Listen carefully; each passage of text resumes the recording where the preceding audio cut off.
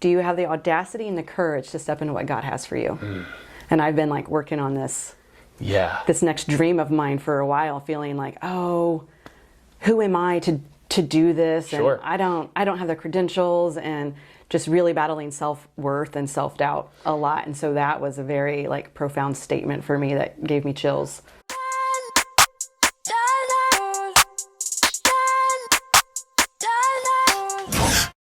Work it all speak for itself. Grinding in silence, ain't nothing to tell. When we step on the court, we gon' bring it to light. And we stop and pop like we caught it a light. Stop asking what's wrong with me. You already know there's a dog in me. Yeah, there's no stopping my focus, man. Make sure all my people gon' ball with me. Yeah, I came to compete, I'm a dog with it. Yeah, I came to compete with my paws in it. Hey, what's up, guys? Welcome back to the Compete Mentality Podcast. The Compete Mentality Podcast exists to motivate, educate, and inspire you guys to compete.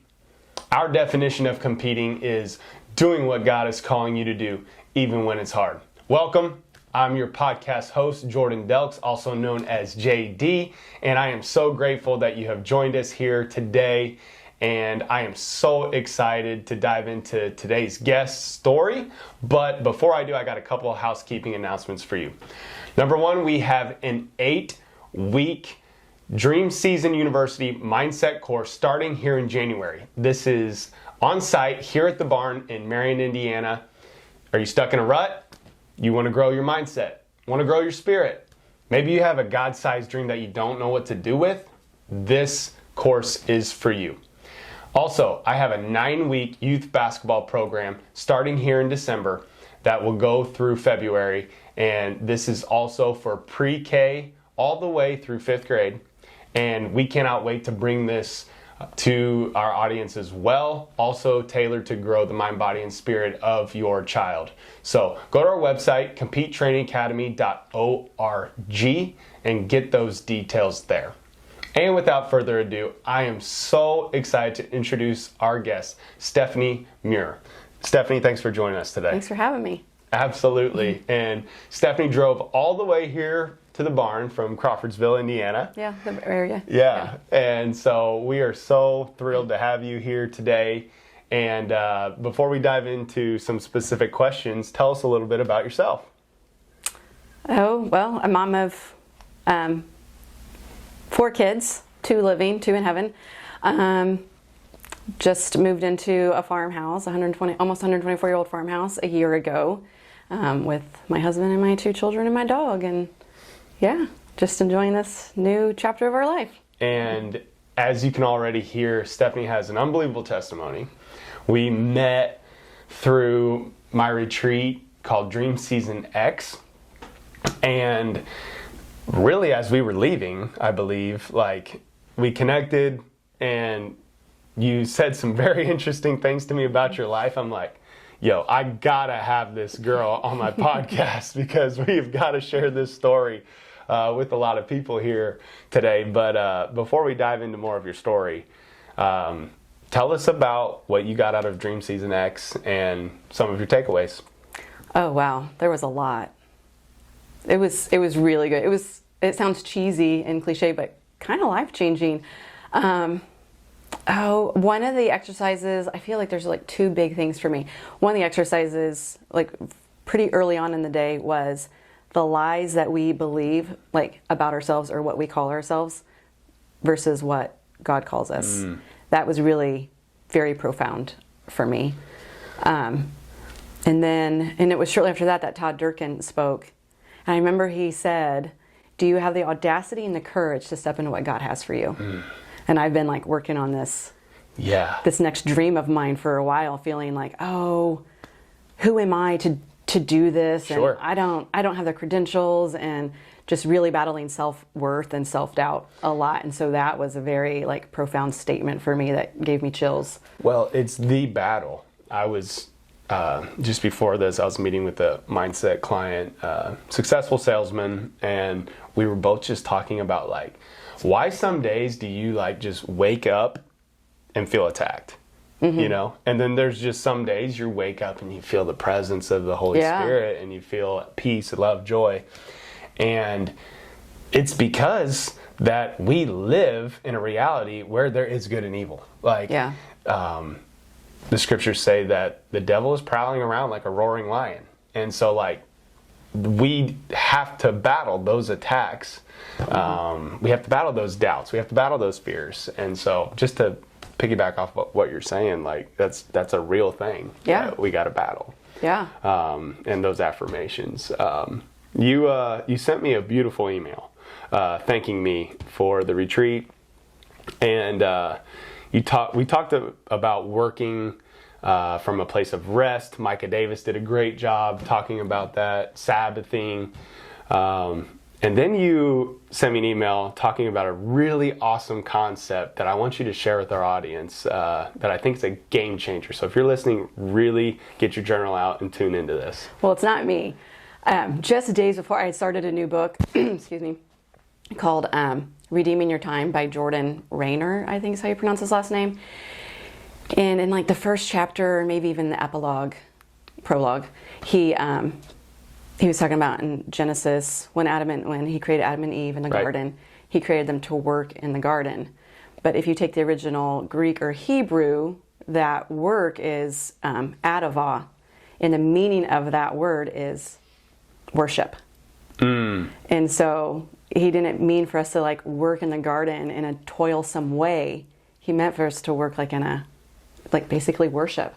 And so at the retreat, a lot it was like, if you have God-sized dreams, it's going to require a miracle, but it's also going to require a lot of work. Yeah. And every time I heard the word work that day, it was like, yeah, but we're supposed to, not in this toilsome way, we're supposed to worship towards our dreams.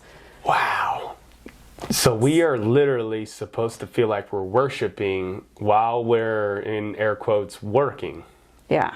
That's so cool. So like, I 100%, that's what I believe, preach on a daily basis through Dream Season Mindset Training. And so if you're listening to this, ask yourself what I'm doing with my time, which is a blip in the grand scheme of eternity. Does it feel like worship? Or am I doing this all for naught? So how does this apply to you on a daily basis in the life that you live? I think it's definitely changed a lot of stuff, just wanting, for years to be a mother. We battled infertility for 5 years, and then, the children come, and then it's just the monotony and the mundane of everyday life, and you kind of get in those ruts of like, ugh. Yep. I've got 4 loads of laundry to do, and I have to drive you guys in like 4 different directions. And, I have moments where I'm like, wait, I prayed for this. Yep. But then that whole worship and work, and it's like, can I worship while I'm doing laundry? Right. Yeah. Yeah. So it's like I've been trying for years to like really practice gratitude on a daily basis, and so it's like when I do laundry or my boy has just stained another brand new shirt, it's like, and I'm like, wait, he's being a boy. Like I'm grateful that I have a son who feels like he can go outside and tumble and stuff. Yes. The grass stains are worth it. Yes. But then to take that to the next level and like worship, and what does that look like in the mundane of life? Like, how do I worship when I'm doing dishes? How do I, and is it giving gratitude while you're doing that, or it's just all heart and mind, I think. Yeah. And I'm even reminded in the scriptures where in 1 Thessalonians it says, rejoice always, pray continually, give thanks in all circumstances. And I think that's like how we are supposed to worship while we work. Yeah. Just it should be free flowing. But we get so caught up in the task at hand. We get so caught up in meaningless things that take over our mind and spirit. No, I thank you for sharing that. That was so good. One thing you said as we were exiting the retreat that really caught my attention of why I wanted to bring you onto this podcast was you said you took an RV and went and traveled the entire country. Yes. I got to know more about this story. I literally know nothing about this story right now, which is really cool. So I'm so excited to hear, like, how did you get to the point of deciding to do that? And I'm assuming you did it with your whole family too. Yeah. Okay. Yeah. Wow, you think it really starts, the apex was like one, but then when you look back, it's like, no, it really started long before that. I mean, the short story is because I felt like it, and I wanted to do it. Yeah. And it was an idea that wouldn't leave me. I remember one night, got the kids to bed, my husband was gone, and I was scrolling through Instagram and I saw the Bucket List Family. I don't know if you're familiar with them. Oh yeah. I'm like, that's what I thought of when you said that. Like, that's the image I thought of. Like, I'm like, it would be so amazing to do what they do, but we could never do the world. Right. But we could do the country. Yeah. I'm like, okay, what does that look like? And at the time, I did not know that full-time RV living was a thing. I didn't know that there was a whole group of people out there that did this. And I was just like, we'd have to get an RV, we'd have to sell our house. So there's a group of people that did. Oh yeah, it's a thing. Yeah. So cool. I mean, like, what's the group called?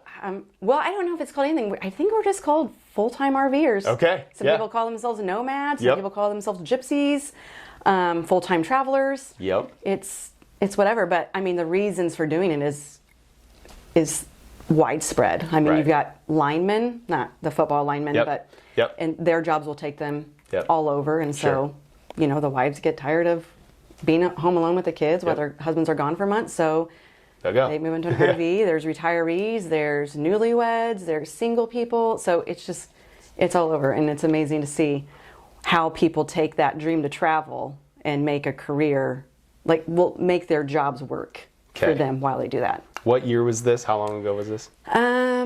Well, it took my husband 2 years to get on board. Okay. So probably around 2016, 2017, I got the hey, we should do this. And when I first told my husband, he said, no way, you're crazy. And I said, okay, see, there's my answer. Yeah. But I felt like God was like, no, you got to do this. Really? Yeah. And so every couple months, I'm like, you know, if we did this, then this. And What's your husband do? So he's an airline pilot. Okay.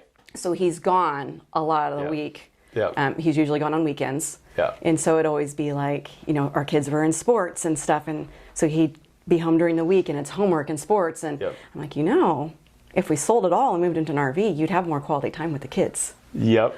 And I love to travel, and he does too, but he does it for a living. So when he'd come home, he's like, I don't want to go anywhere. Yeah. And I'm like, you know, if we lived in an RV, we could just put our bed like in our RV, because he'd always be like, I want to sleep on my own bed.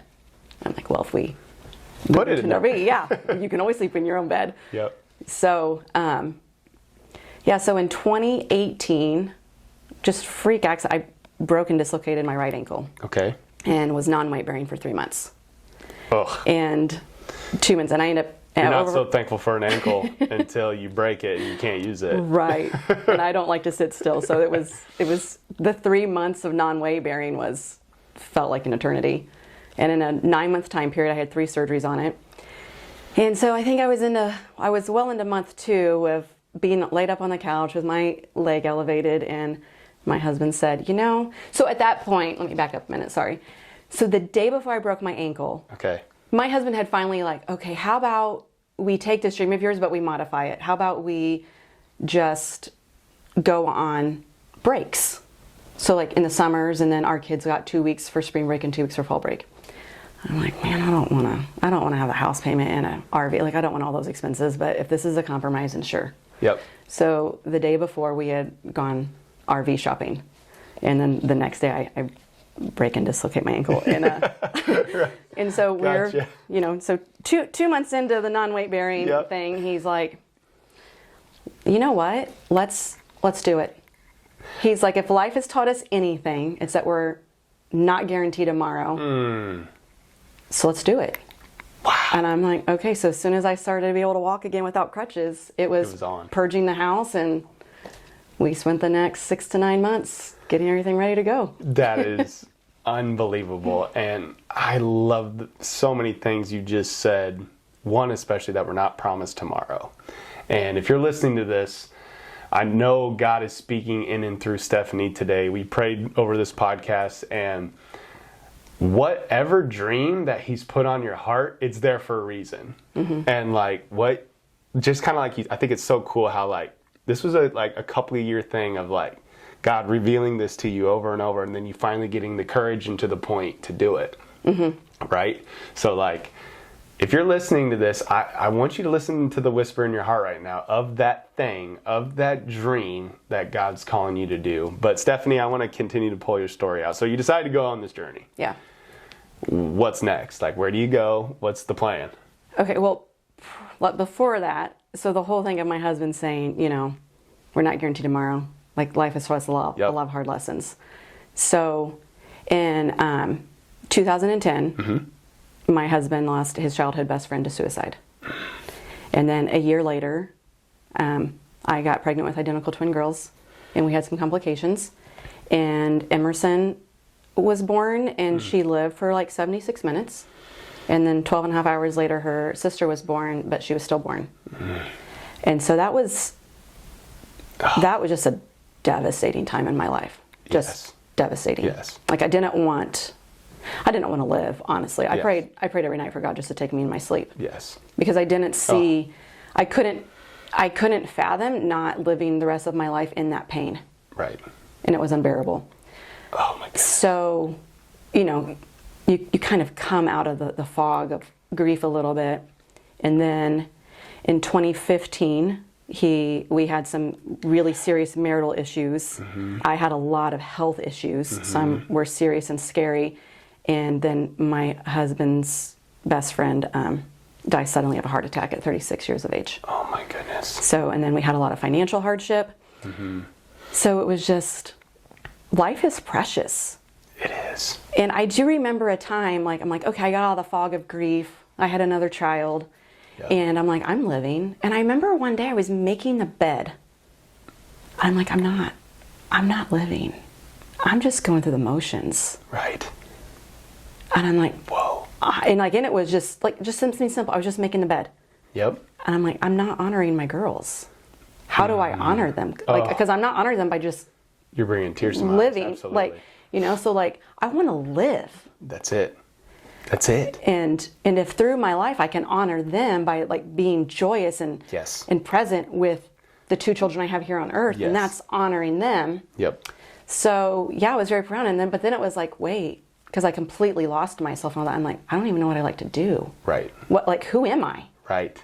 Right. And so it was. We all do this. I mean, this was many years of like, we all do this. I love to travel. Yep. I like to read. Like. Yep. I like to be active, and so yeah, I think that was the start before I even was like, let's full-time RV. Wow. So I want to ask you something really quick before we continue on. So one, thank you for sharing that testimony. Like that, I can't imagine some of that. My wife and I, we had a miscarriage.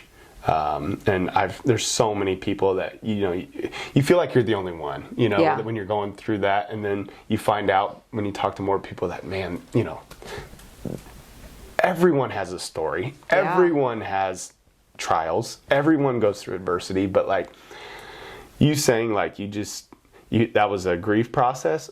How did you get through that? Like, was there some specific habits? Was there a person?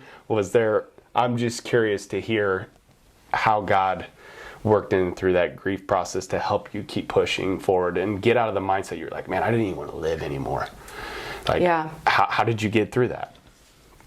I think there's a lot of different people that poured into me, whether I realized it at the time or not. Actually, I didn't realize it at the time.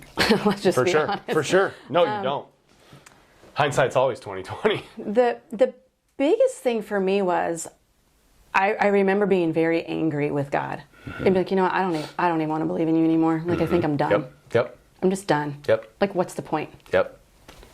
And I remember like, but I know that Emerson and Vivian are in heaven. Amen. Like, I know that in my core. Yes. So if I can acknowledge and believe that they're in heaven, how do I deny the one who created it? Oh. And that's where I always went back. Yes. In like my darkest times was just like, okay. Yep. You created it, so. He is the creator. Oh my goodness. Yesterday, I get the privilege of picking up my daughter and my nephew, Caroline and Crew, half-day pre-K. And we were we all in our training, in our basketball training, we always start with a little mindset lesson, and we were talking about the names of God, and the one that they loved was the Creator. Yeah. He is the Creator of all things, and to acknowledge that is it's so powerful. To acknowledge He is the Alpha, the Omega, the beginning, the end, and the Creator of all things good, right? That's so powerful that, getting to that place in your mind where he created this, right? Stephanie, I want to dive more into the story of your travels. Okay. So you decide to go. Did your husband quit his job, or No. how did this work? So Did your kids quit going to school? Yeah. What happened here? Yeah, okay. So my son had finished kindergarten in public school, my daughter 4th grade. Okay. And after that, we left. Yep. No, my husband kept his job. He's based out of Chicago. Yep. So he starts and ends almost all of his trips in Chicago. Yep. So he's always commuted. Yep. Pretty much all of his career. So it was just like, okay, he gets a new schedule every month. And when we would find his new schedule, it was like, okay, well, we got to be close to this airport. So like when we were in Texas, we just made sure we were within 2 hours of like Dallas, Fort Worth, or Houston. Yeah. And so I'd get up in the morning and take him to the airport and then go back and hang with the kids for a week and then pick them up. And so. That's crazy. So you were able to coincide with his work schedule to kind of choose. So ending up, you hit all 50 states or 49? No, the 48. 48? The 48, yeah. Okay. Yeah, very cool. What was like, give me like some of your most memorable moments. We always talk about in dream season, like God speaking through everything, right? Mm-hmm. He's speaking through this conversation right now to people. He speaks in the sunrise. He speaks in the sunset. He speaks in his creation. Like, there's a scripture, I don't remember the reference, but it talks like, the heavens declare the glory of God. Like, his creation is shouting his name, and we just don't even realize it. What was a moment or moments that were just like breathtaking? Oh, there's so many. I mean, you were saying like the creation. Yeah. And that was the interesting thing, traveling the country with our children and then seeing the plains of Texas and then standing on a mountaintop in Washington State or zip lining through eastern Washington and whitewater rafting. And it's like you get to see how creative he is. And just like he just didn't make one kind of mountain. Right. He didn't make just one kind of river. And so or just one plateau or butte. And so it was really fun seeing parts of the country again through my children's eyes. And then I think seeing it through my children's eyes, I saw it in a completely different way. Yeah. And it was like, wow, God made all of this. Right. And I like just the creative levelness of him is just like through the roof. Of course it is, but yeah. Wow. Man, there's so many moments. I mean, we had a flat tire about an hour north of Flagstaff in 100-degree heat. Oh my. We were on the side of the road for 4 or 5 hours. Yeah. And our kids just stayed in the back seat and they were calm and just chill. And I mean, nobody was complaining. It was just, not the best of circumstances, but just peaceful. Yep. If that can. Yep. Knew it was going to be all right. Yeah. And then, what was it? In Arches, we had hiked up to Delicate Arch. Yep. And we had my nephew had just graduated. This was summer of 2020. And we had my nephew had just graduated from high school, so we brought him out west with us. Yep. And my husband and my nephew and my son all went ahead of my daughter and I. Yeah. And so we're hiking back from Delicate Arch in the dark. Yeah. And I can't remember if my daughter and I had flashlights or not, like our little headlamps. But I think she's like, Mom, let's turn them off. I'm like, okay, let's do it. And so it's kind of dark. And then cool. I just started looking around and I'm like, hey, babe, turn around. And so you see people. So we were probably about halfway. So you can see people down and then you can see people up. And so she turned around and you just see all these headlamps and flashlights against the night sky that was just completely loaded with stars. Wow. Like that is a moment for me that like I always think, because it was just my daughter and I. Yeah. And it was just, You got to share and we together. did, and she even wanted to sit and just watch for a second. Like, Wow. I don't know, it's the simple things. Yeah. It's like the most mundane moments in that epic trip Right. that sit with us the most. Isn't that wild how the simple things that don't cost anything Yeah. mean the most? It's so true. So if you're listening to this, I want you to think about that. And what are you chasing? Is it there's just things money can't truly buy. Right. That is the times that you cherish forever. It's what the scriptures talk about: love, joy, peace, patience, kindness, gentleness, self-control, the fruits of the Spirit. That's what everyone is searching for. Yeah. Those things that only Jesus can give. So, Stephanie, I'm curious, so did you homeschool? Yes. Okay. Yeah, so we you homeschooled. homeschooled throughout this whole year. What was the refrigerator in there? Yeah. So you just did groceries each and every week? Wow. Go to laundromats, Yep, do go to laundry. laundry. Yeah. That's so cool. I'm a big foodie. I love tasting different cultures' food. What were some of was there any times where you were like, yeah, that food was amazing in this culture, in this state? Yeah. A lot. Actually, we end up traveling with another couple from California, and they have a daughter, and we met them in Arizona. Okay. So when COVID happened, Indiana had shut down, Yep. and we were in Albuquerque, New Mexico. Yep. And it was kind of like we felt like we were living in parallel universes. Seriously. Because we were like, so all of our friends and family back home, we're stuck at home. Yep. This is what the grocery store aisles look like. And Wow. okay, well, we just went out to eat. Like, what's going on? Yeah. What is this thing that's happening right now? Yeah. And then we left Albuquerque and went to Flagstaff, and we were only going to be in Flagstaff for 2 nights. Yep. And we get to Flagstaff, and our route at the time was going to take us through Southern California. Then we're going to loop back around and head back to Indiana for my nephew's graduation.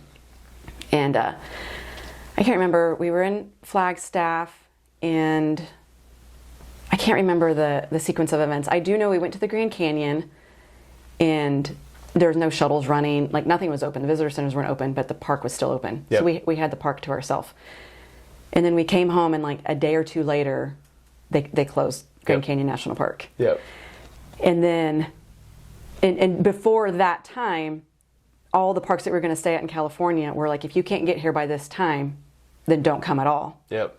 And so so all of our reservations were getting canceled left and right. So we just hunkered down in Flagstaff. We ended up being there for 6 weeks inside a national forest. So we went Yep. hiking every day in the mountains in a forest. Yep. And then we ended up moving an hour or so south of Flagstaff to a cheaper campground and spent another 6 to 8 weeks. And that's where we met this couple from California. And they had a daughter, and so our kids just play together every day. And Alan is originally from Mexico. Him and his family immigrated here. And so he just always cooked us really good food. Yeah. So some of our best food was cooked outside at the campground and having it with absolutely. friends. That's yes. Yeah. Oh, I'm jealous. That sounds so amazing. But yeah, there was a restaurant in Durango. I think it's Okay. called Fired Up Okay. Pizza. Yep. Best pizza. Really? Yeah. Fired up pizza. Yeah, in on the Durango Strip, downtown Durango. Yep. And then there was outside of Rocky Mountain National Park in Okay. Estes. Yep. There was this little bitty Mexican restaurant, had a food truck in front of it. Yep. And it maybe had 10 tables in it. We don't even remember the name of the restaurant anymore, Yeah. because when we pulled up, we were like, is this this? isn't looking very promising. Best Mexican food we've ever had. I love and it. I don't remember the name of the restaurant. I love it. I love it. Oh, so cool. What is, if you could take away one lesson from this entire trip that was a theme or just a lesson that God taught you through this trip, what would it be? Just one. Just if you've got a crazy dream, do it. It's going to be scary. Yep. It's going to require sacrifice. Because I think a lot of people look at people that are doing something crazy. I mean, we had so many people, either they called us crazy or it's Right. oh, I wish I could do that. But there's so many restrictions we put on ourselves. Or we're too scared. I mean, we had a moment where we're like, yeah, we're all in, we're doing this. And then it was a month later, we're like, I don't know if we should do this. we both got scared. Right. But then it was like our daughter was 10. Yep. Like, if we don't do this now and we wait a couple more years, We're never doing it. we're leaving at that age where friends are everything for Yep. her, and Yep. she's going to hate us no matter what. So it true. was like, it's either now or never. Yep. But I mean, it was really scary for us Wow. to basically get rid of the life that we've always known Right. and set out into the unknown, where, you know, you're going to get flat tires, a truck is going to break down, Yep. end up in a shop for 3 months. It's kind of like, yep. yeah, so just do it. Don't limit yourself. It's going to be scary, but Yep. it's also going to be worth it. And so my motto was, someone's like, well, what if you fail? And I'm like, well, there's no failing. Even if all we do is see 2 states, at least I tried and at least I know, Yeah. instead of always wondering what if. Yeah. Because we can always come back, right? Right. We can always come back and buy a house. And Yep. You can. But Right. Oh, it's so powerful. So you see all 48 states and you still come back to Indiana. There had to be a temptation of a few states that you're like, okay. Mm-hmm. And so, twofold. What were the states that you were just like blown away with that you loved? And then, why did you come back and stay in Indiana?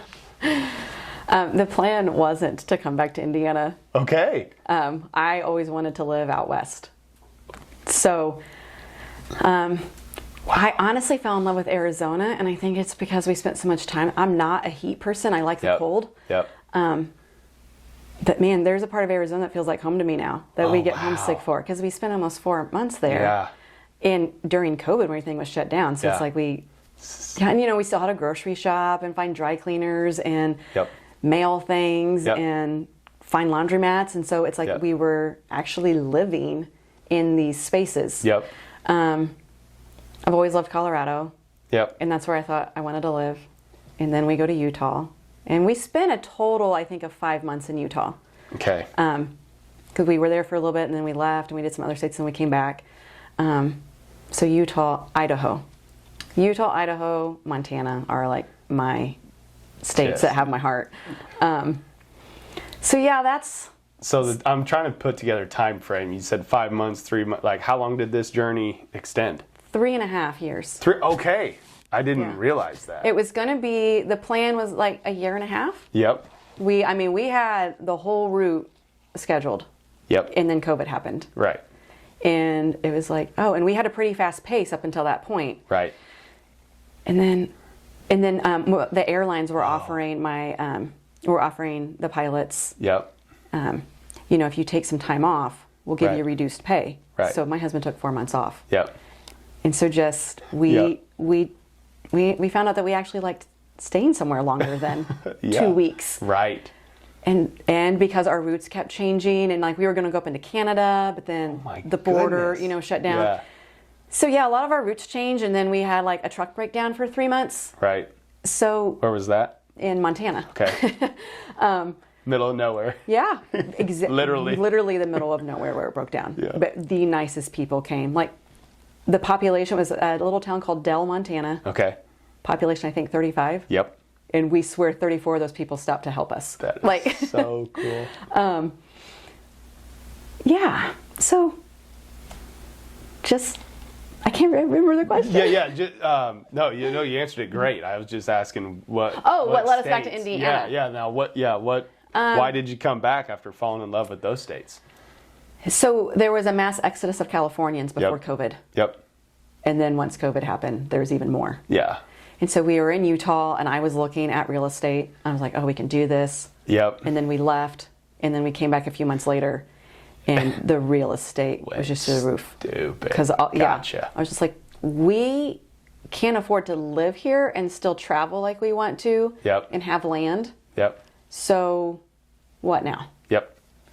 Yep. So it was like, okay, where are some of the cheaper states So to did live? you sell your house to go on this journey? You did. Yeah. Holy cow! You literally went all in. We were all in, yeah. I love this so much. Like everything about this story just like is pulling on my heartstrings here. That is so cool. Gotcha. So just come back. Your families are here in Indiana then? Yeah. So come back to Crawfordsville area. Well, we're from like the Plainfield area, Yep. but we wanted land. Yep. That was the thing that was most important Yep. to us. So yeah, we found it in between Lebanon and Crawfordsville. Yep. Yep. Tell me about your land now. Like, why did you want land? Do you farm? Do you, live off the land? What was part of the wanting land dream? Okay, so I've always wanted an old farmhouse and land. My great-grandparents were farmers, and they had land, and I just always, ever since I was a little girl, I'm like, I want to have gardens, and I want animals. And my husband was always like, no. You're crazy, no. And then I think it was during COVID. He was just like, it's probably important, like, we start growing our own food in some way. So when we're done doing this, let's get land. I'm like, yes. He came around. So he did. It takes a while, but he comes around. So yeah, we got just a little under 5 acres, and awesome. We're starting small. We just did a garden this past summer, but yeah, the goal is to have some. At least some chickens and a lot more. Curious. Yeah. And I'd like to have like a little mini orchard. Awesome. But yeah, so cool. So we've pulled out so much from this story, and I always love asking, and there's been times that were hard that you said that it was adversity, and in the book of James, adversity's promised, like it's coming. Yeah. One of my favorite sayings, my wife, she's my better half and has so much wisdom, and she always says life's like a roller coaster. Yes, it is. It's up and then down, but to go back up, you got to go down. Yeah. You have to go down to go back up, but you have to stay on the roller coaster. You can't bail. Yeah. You got to stay on and trust God that you're going back up. So I want to ask you, just like hindsight always being 20/20, you can see why things happened. Share a time that, and you've shared some amazing stories already, but is there one specifically in your life you're like, I went through this adversity and now I see why, and I'm so grateful that it happened? Probably the greatest adversity I went through was losing my babies. And it's really, really hard to say I'm thankful for that. I